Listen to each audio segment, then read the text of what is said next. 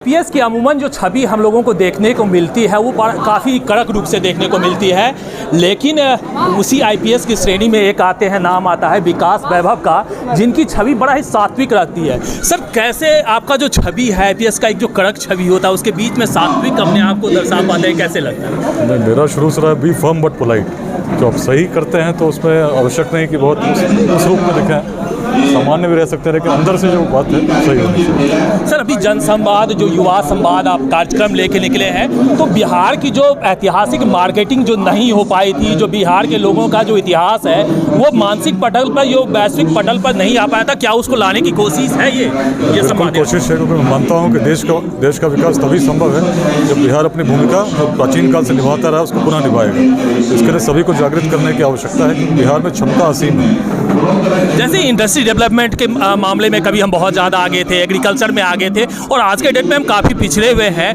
तो क्या लगता है उस कड़ी को आप जोड़ पाएंगे इस यात्रा के से? बिल्कुल, मुझे विश्वास है कि विश्वास का कारण बिहार ही है।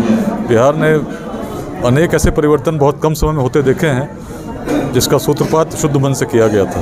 तो उसी सिलसिले में हम लोग प्रयास कर रहे हैं कि उस भूमि को पुनः जागृत करें, जिसमें अखंड भारत के साम्राज्य को स्थापित करने की क्षमता तब थी जब संसाधन नहीं थे।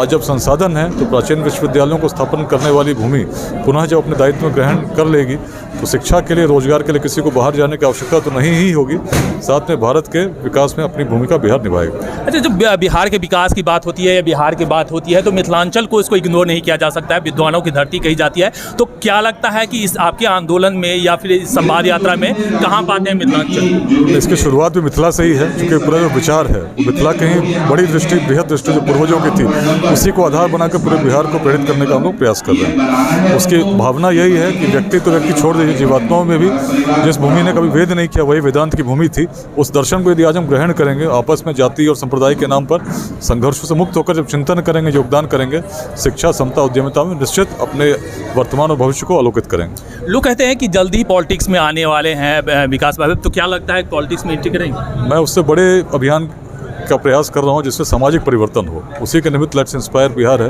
तो मेरा मानना है कि राजनीतिक प्रयास जो है उस छोटे अभियानों के लिए होते हैं, जिसका प्रयास हम लोग कर रहे हैं बिहार बदलने का अभियान है। इसमें सभी के सहयोग की आवश्यकता है और सामाजिक सहयोग की आवश्यकता है। चलिए, बहुत बहुत धन्यवाद। हमारे साथ में मौजूद थे आईपीएस विकास वैभव जी, जिन्होंने बताया कि बिहार को बदलने के लिए जो है शुरुआत मिथिलांचल से की जा सकती है, और उन्होंने आज